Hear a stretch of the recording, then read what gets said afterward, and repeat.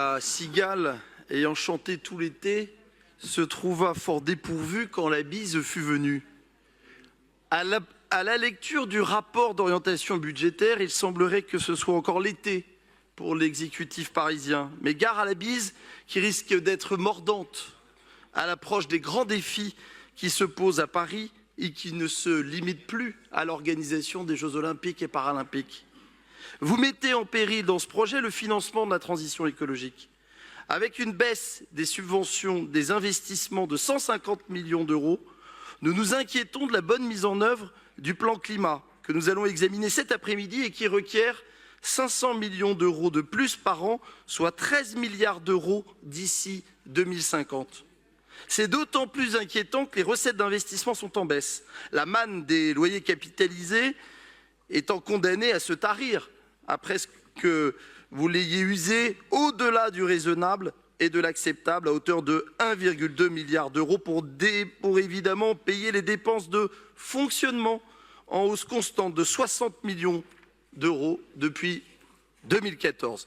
Vous enjolivez la réalité du logement, a fortiori du logement social, qui est délaissé dans son entretien courant et sa nécessaire rénovation énergétique, qui au rythme actuel ne permettra pas d'atteindre une décarbonation complète du parc social d'ici 2050. En réponse, vous faites encore et toujours de la com, de la diversion, en attaquant les personnes, en ne répondant jamais de manière détaillée aux critiques qui vous sont faites, argumentées, et encore moins les propositions. Non, vous préférez renforcer la préemption au coup amer que découvrent les Parisiens sur leurs fiches d'imposition de taxes foncières. Cette préemption vous permet d'afficher des résultats éloquents dans votre objectif politique de logements sociaux, mais reste sans effet sur les Parisiens, dont la liste d'attente, faut-il le rappeler, pour un logement abordable s'allonge inexorablement. Ça n'est pas l'opposition qui le dit, c'est la pure. Ils étaient 100 000 ménages de la classe moyenne en 2001 en attente. Ils sont 258 000 en 2022. Voilà le bilan de votre politique en matière de logements sociaux et l'État a bon dos. Le risque de ne pas prendre efficacement et durablement les mesures sur ces enjeux cruciaux, il trouve sa source dans votre inconséquence, non sans une certaine insouciance budgétaire. Car ce que vous reprochez à l'État, l'endettement pour payer ses dépenses de fonctionnement, vous vous l'êtes autorisé, sans vergogne, depuis des années, au mépris du Code général des collectivités territoriales et du droit commun avec les loyers capitalisés. Vous avez hypothéqué la ville et réduit ses marges de manœuvre financières. Et maintenant, quelle solution vous reste-t-il ? Alors dans l'impasse, vous avez choisi l'impôt et le matraquage fiscal. Vous avez décidé d'augmenter massivement la taxe foncière et trahi votre promesse électorale, conduisant au renchérissement du coût de la vie et la fuite des familles. Vous avez aussi actionné un deuxième levier, le surendettement, qui par effet boule de neige vous échappe, avec une charge financière démesurée pour une collectivité, à hauteur des économies qui vous seront demandées par la contribution nationale. Ce surendettement illustre votre incapacité à dégager une épargne brute de fonctionnement importante. Vous clamez un autofinancement important, une capacité à 60%. Mais qu'en est-il vraiment ? Quand on s'y penche de plus près, les chiffres sont plus bavards, car le remboursement de 300 millions d'euros d'emprunts par an réduit votre épargne réelle nette à 260 millions d'euros.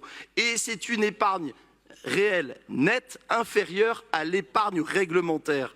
Une capacité également de remboursement de la dette qui est fixée à 17 ans alors que le seuil d'urgence est à 13 ans. Ah oui, toutes les vérités sont pas bonnes à dire.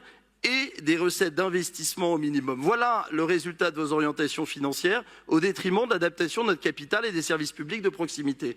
Au lieu de baisser les investissements de 150 millions pour trouver 500 millions supplémentaires pour la transition écologique, il ne vous reste qu'une solution, baisser vos dépenses de fonctionnement. 250 millions, Madame la maire, c'est ce que vous aviez promis. Que nenni. L'équivalent d'ailleurs de vos charges de dette ou encore du coût de l'absentéisme. Et les leviers, ils existent si on y regarde de plus près. Encore faut-il s'en saisir, car la ville de Paris doit prendre sa part de responsabilité dans le contexte budgétaire décrit par Marie-Claire Carrère-Gée, restreint et que nous connaissons. Le temps de travail légal de 1607 heures par an Car oui, bien que le règlement soit conforme à la loi, dans la réalité des faits, seulement 25% des agents sont bien à la durée légale. Vous avez pris vous-même le soin, d'ailleurs, de le préciser dans le rapport d'orientation budgétaire 2025. C'est assez savoureux, mais tout à fait inquiétant. Le coût de cet écart, d'après la Chambre régionale des comptes, ce chiffre, oui, que vous assumez, Monsieur Guillou, qu'un quart des agents soit à 1607 heures. Mais personne en France, dans les collectivités qui sont gérées par des maires, ne peut se féliciter qu'un quart des agents soit à 1607 heures. Mais il n'y en a pas d'ailleurs, monsieur. Il n'y en a pas, monsieur. Hein, ben non, on ferme des crèches. On ferme des crèches, monsieur. Voilà. C'est 2000 emplois qui sont concernés à la ville de Paris. Toiletter vos pratiques opaques, ce n'est pas l'opposition qui le dit, c'est la Chambre régionale des comptes, comme le régime des autorisations spéciales d'absence, ou encore le sujet des sujétions que vous avez complexifié pour déroger au cadre légal dans un flou total. Madame la maire, des solutions existent pour sortir Paris de ce marasme financier qui dure depuis trop longtemps. Retrouvez des marges de manœuvre, garantissez les investissements dans la transition écologique, améliorez l'état de nos services publics, allégez le poids de la fiscalité qui pèse sur les épaules des Parisiens. Ils vous en seront reconnaissants. Je vous remercie.